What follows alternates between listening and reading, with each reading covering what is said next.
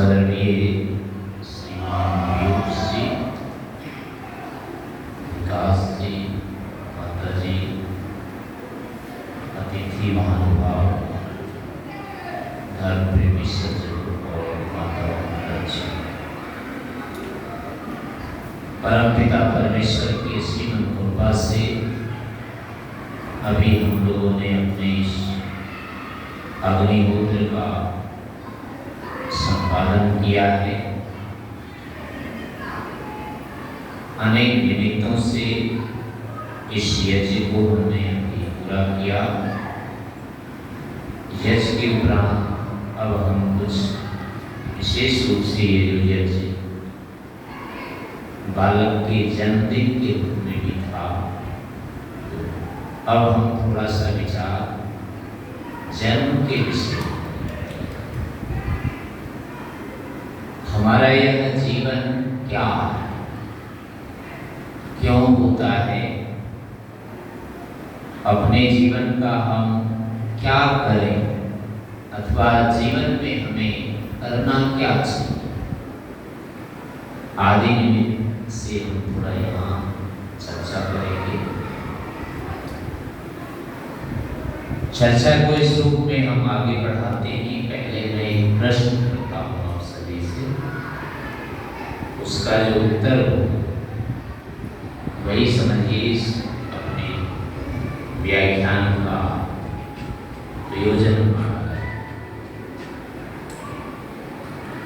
प्रश्न है कि जन्म लेना या जीते रहना, जीवन की कामना बनाए रखना, यह बुद्धिमत्ता है अथवा नहीं?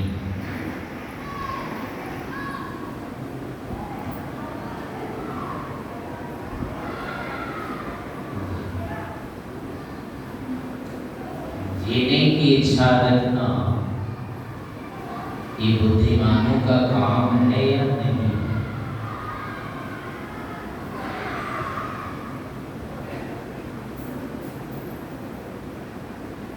आप बताइए।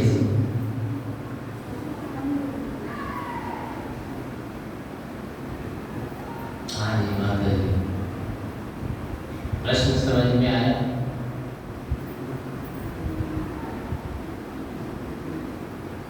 आप में से कोई बता सकते हैं? जीते रहने की कामना क्या बुद्धिमानों को आवश्यक है या नहीं है? आप बताइए, क्या सोचते हैं?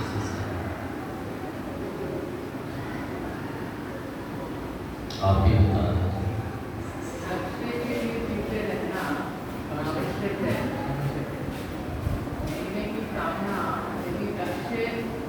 नहीं, केवल जीवन को ले लेते हैं, यानी जीते रहो बस, जन्म मुझे मिलते रहे।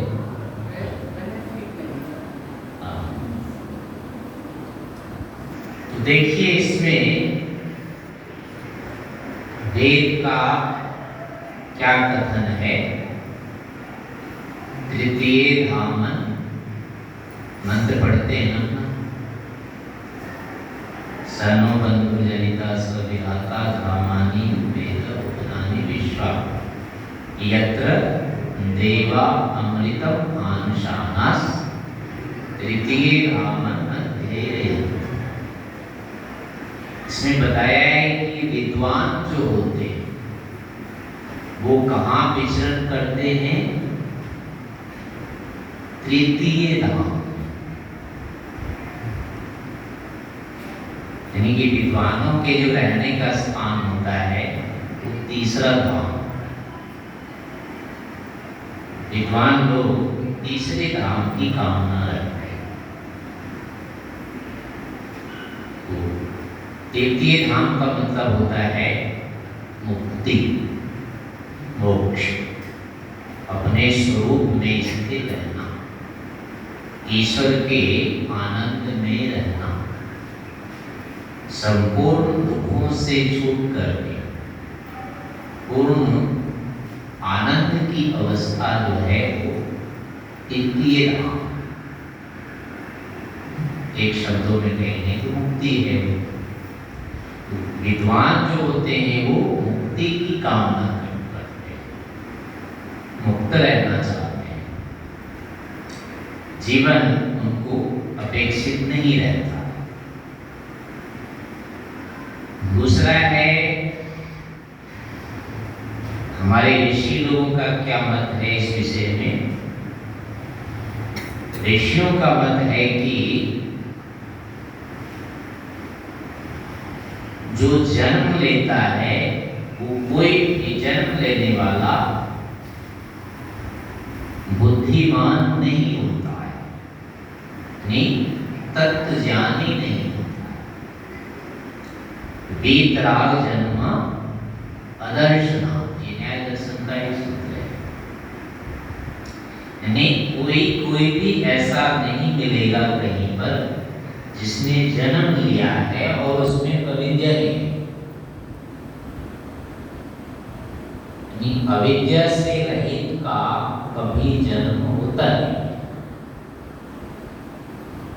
तो अर्थापत्ति इसमें लगा दिया कि जितने भी जन्म लेते हैं वो अविद्या युक्त ही होते हैं,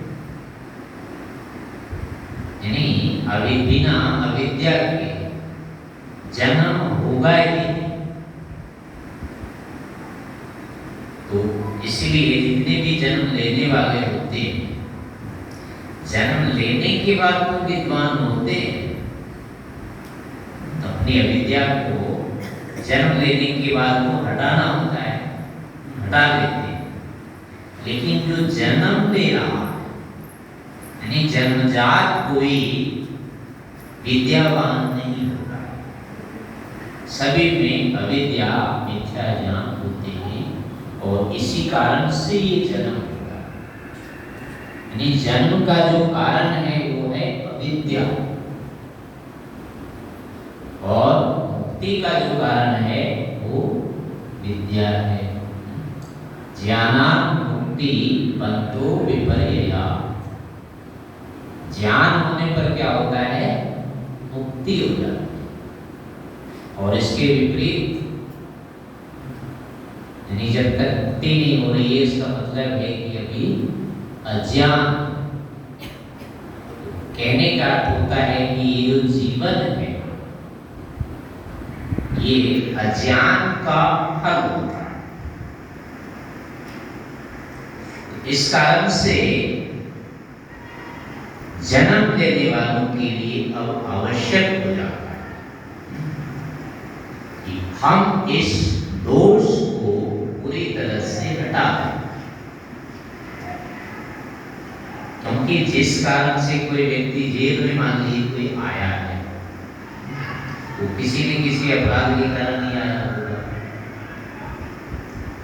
अब वो उसको वैसा ही अपराधी बना रहना चाहिए या ऐसी स्थिति बनाना चाहिए कि वो अपराध कभी अब करने की स्थिति ना आए, जेल आना ही ना पड़े। तो ठीक यही स्थिति यहाँ भी होती है। हमारा ये जो जन्म होता है वो अविद्या के कारण से, इस कारण से अब आप कहेंगे कि स्वामी दयानंद हो गए, इतने सारे ऋषि मुनि हो गए, श्री कृष्ण श्री राम जी, तो क्या ये सब के सब मूर्ख थे क्या? जन्म तो इन लोगों ने भी किया है, क्या ये मूर्ख थे? तो इसका उत्तर ये होता है कि जन्म तो अगर लिया है इन्होंने, तो इनमें अविद्या तो अवश्य थी। बिना अविद्या के किसी का जन्म होता नहीं है। लेकिन इन्होंने जन्म को क्या किया? सार्थक कर लिया। जन्म के उपरांत, यानी अन्य जितने जीवन होते हैं मनुष्य जीवन को छोड़ करके, इनमें तो क्या है ज्ञान की प्राप्त करने की संभावना ही नहीं है। मनुष्य से अतिरिक्त कोई भी जीव जंतु मुक्ति को प्राप्त कर नहीं सकता। मुक्ति की संभावना केवल मनुष्य शरीर में ही है, इसी शरीर में, और किसी शरीर में संभावना नहीं है। लेकिन इस शरीर में यानी कि जन्म लेने के उपरांत अब हम यहाँ विद्या को प्राप्त कर सकते हैं, और विद्या प्राप्ति के पश्चात अब हम इस जीवन से, जन्म मरण से छुटकारा पा सकते हैं। तो इसलिए जितने भी ऋषि मुनि महर्षि आदि लोग हुए, उन्होंने जन्म के उपरांत अपनी अविद्या को नष्ट किया, और नष्ट करने के बाद अब वो जीवन मुक्त हो गए।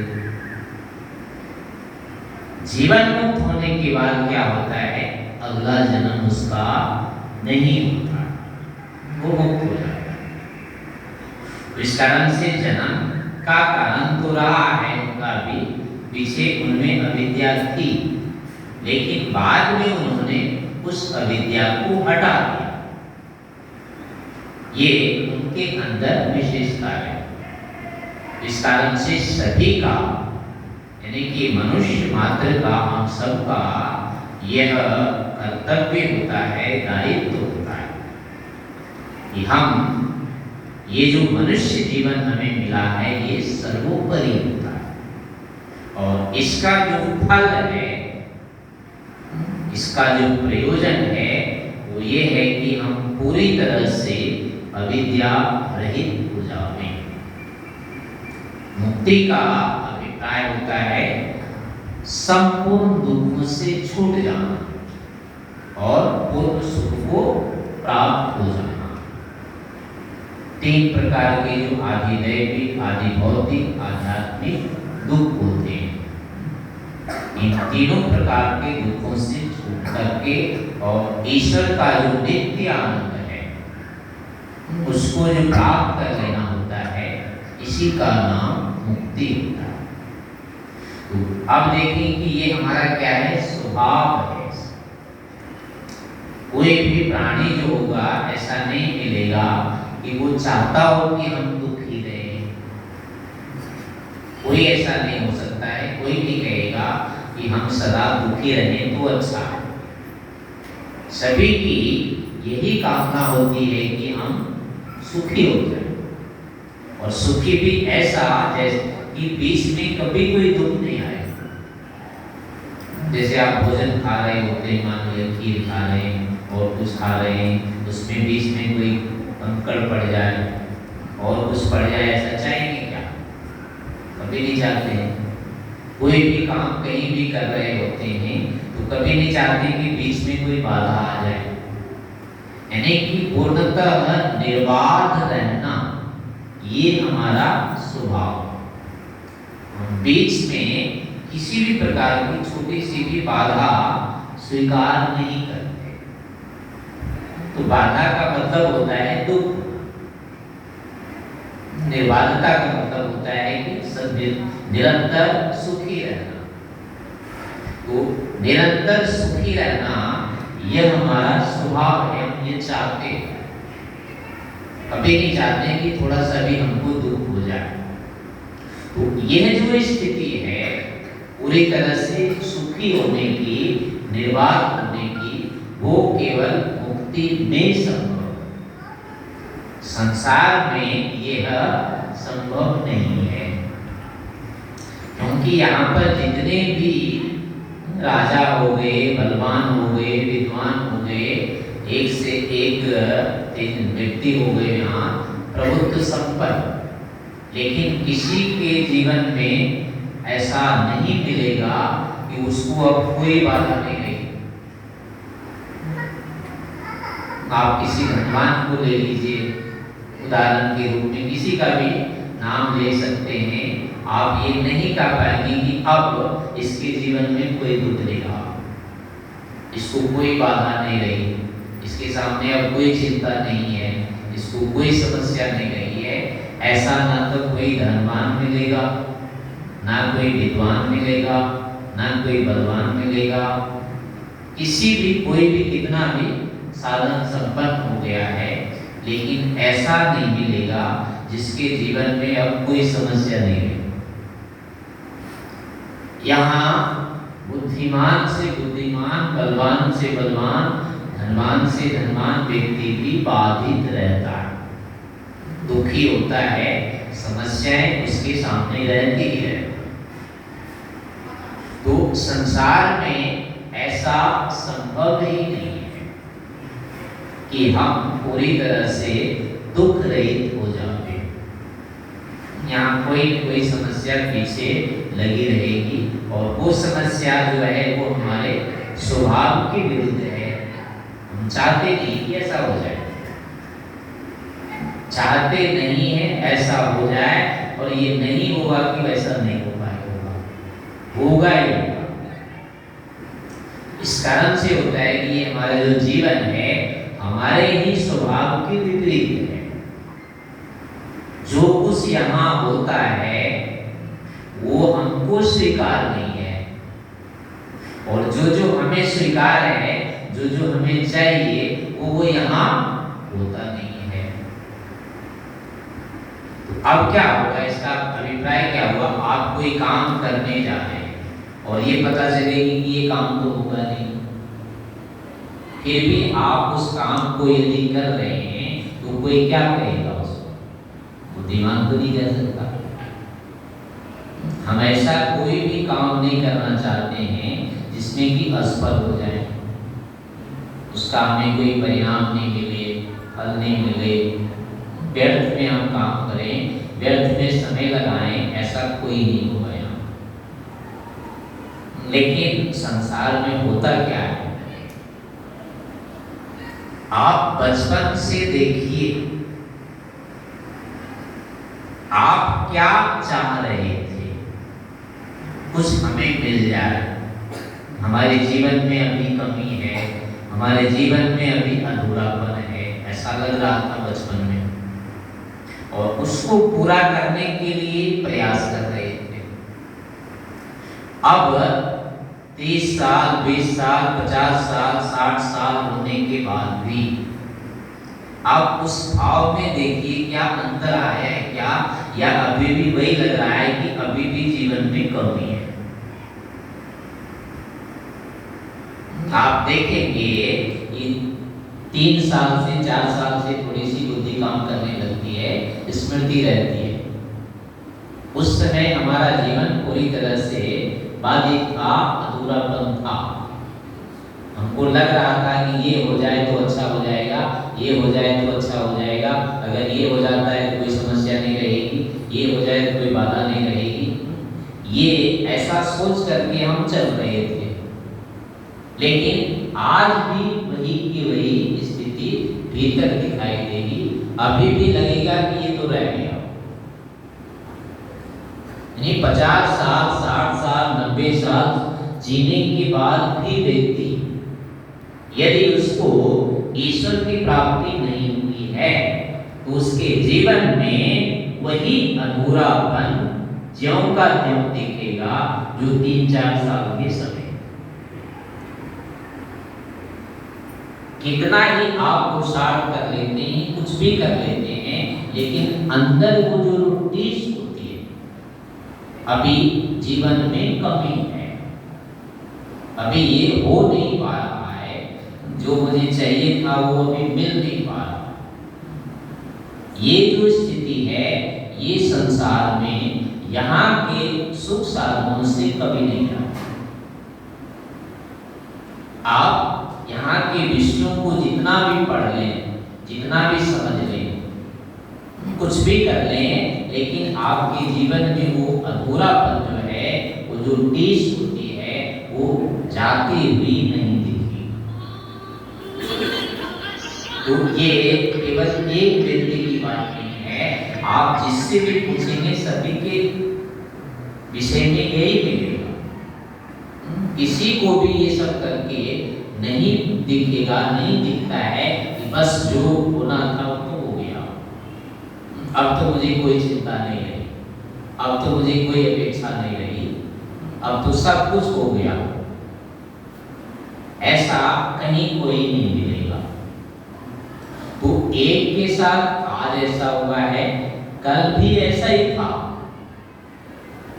आप 100 साल जीने वाले, 50 साल जीने वाले अपने से बड़े लोगों को जाकर के पूछ के देख लीजिए, क्या आपको इतना जीवन मिलने के बाद ऐसा लगता है कि जीवन पूरा हो गया, मुझे कुछ कमी नहीं रही, कोई शोक नहीं रही, कोई बाधा नहीं रही, कोई चिंता नहीं रही? ऐसा कोई नहीं मिलेगा।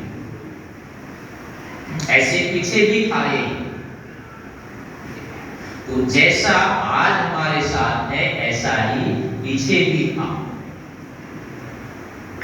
इसीलिए क्या होता है कि जब पीछे भी ऐसा ही था, आज भी ऐसा है, तो आगे भी ऐसे ही रहेगा। क्योंकि जो साधन उनके पास थे वही हमारे पास है। उनके पास भी तो यही न घर थे, मकान थे, यही सूरज चांद पृथ्वी वायु जल अग्नि जो था, यही उनके पास भी थे और वही के वही हमारे पास भी है। विशेषता क्या है? कुछ नहीं है। तो जो परिणाम उनके लिए आया है वही परिणाम अपने सामने भी आना है, क्योंकि साधन तो वही है। साधन में जब तक भेद नहीं होगा, परिणाम में भेद नहीं होगा। इस कारण से जितने भी, यानी कि ये स्थितियां जो होती है, जो भी संसार को अंतिम मान के चला, संसार को ही जो सब कुछ मान करके किया है, उनके जीवन में ये स्थिति रही। लेकिन हमारे जो प्राचीन में ऋषि मुनि हुए हैं, अनेक साधु संत ऐसे बहुत ज्ञानी लोग हुए, उनके अनुभव ऐसे मिले, उनके जीवन में ये दिखा है कि अब उनको किसी चीज की कामना नहीं रही। वो सर्वथा निश्चिंत हो गए, वो सर्वथा निर्वाण हुए। हमारे शास्त्रों में अभी भी ये मिलता है।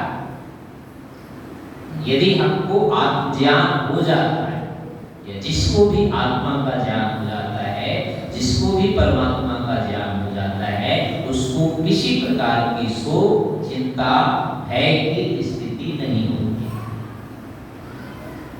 जो भी त्यागी तपस्वी महात्मा देखेंगे, उनके जीवन में इस प्रकार का दिखेगा कि वो पूरी तरह से निर्भीक थे, वो पूरी तरह से संतुष्ट थे।